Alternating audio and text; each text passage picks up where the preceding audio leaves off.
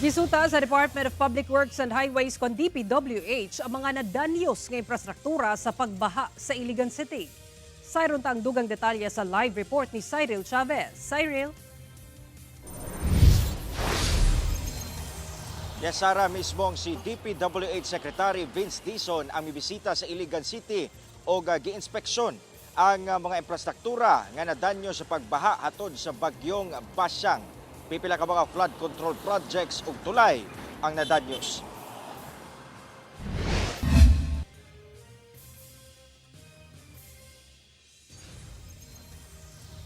Project nga nabuslot ingon ani ang gipiling danyos sa bagyong Basyang human nga miigo sa barangay Abuno sa Iligan City, Lanao del Norte. O sa kini sa mga gibisita ni DPWH Secretary Vince Dizon sa iyang pag-abot sa syudad karong adlaw. Matod sa opisyal, among Steel Bridge, 21 katuig na sukad sa pagkatukod niini o sa pag-igo sa baha uban ang mga gapnod na ibot o naanod gyud kini. Nadanyo sab ang dike sa flood control project sa lugar. Hopefully in the next 2 to 3 months, matayo na natin yung ano, no? So before the next rainy season, hindi lang nakatayo yung bagong bridge, nasara na rin natin yung sirang flood control. Unang giadtuan sa opisyal ang kahimtang sa Tubod Bridge nga milapaw ang baha sa kalsada ug miabot sa mga establishmento ug kabalayan. Kitang-kita sab ang mga gapnod nga nangasangit ilawom sa mong tulay nga gitudlong o sa rason sa paglapaw sa tubig gikan sa suba. We will dredge up from downstream from the mouth of the river sa dagat all the way going up. No, but apart from that, there is a existing drainage master plan for Iligan City, no, and we will start to implement that already in 2027. Usa sa mga naapektuhan sa barangay Abuno ang pamilyang Herbito kung asa upat ka adlaw na sila nagalimpyo.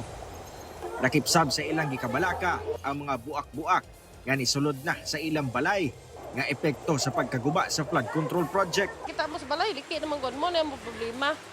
Nga matarbaho unta ni diri ari. Kung matanaw sa gobyerno. Sila ilaham na yung trabaho.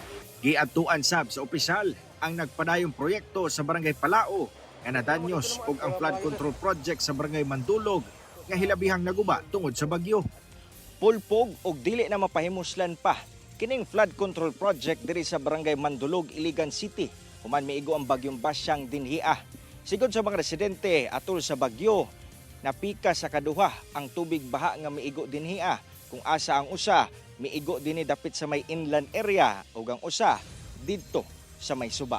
Sa paglibot sa DPWH, tataw ang dakong danyo sa duha ka parte sa dike, labi na sa parteng gaatubang sa suba. Migawas nga dakong bulog sa tubig baha ang miigo sa lugar nga adunay sagol nga mga gapnod ug bato nga mo'y miguba sa flood control project. Nobyembre 2025 natapos ang proyekto sa kantidad nga 98 million pesos. Since kasama pa to sa warranty, gagawin nila to, sisimulan na nila ngayon, tatapusin nila yung pag-ayos until before the rainy season sa July. Yun ang commitment nila kay DE. And si DE nakatutok yan. Sa karon siguro mo conduct mi og kanang dredging sa among river kay taas naman ang sandbars nastunga sa suba, so kailangan yun na i-dredge. Let's help each other rather than normal no, na nagre-reklamo yung mga tao. Siyempre ang laki ding pinsalan nangyari, but again what's important is we help, we help ourselves, we help the community.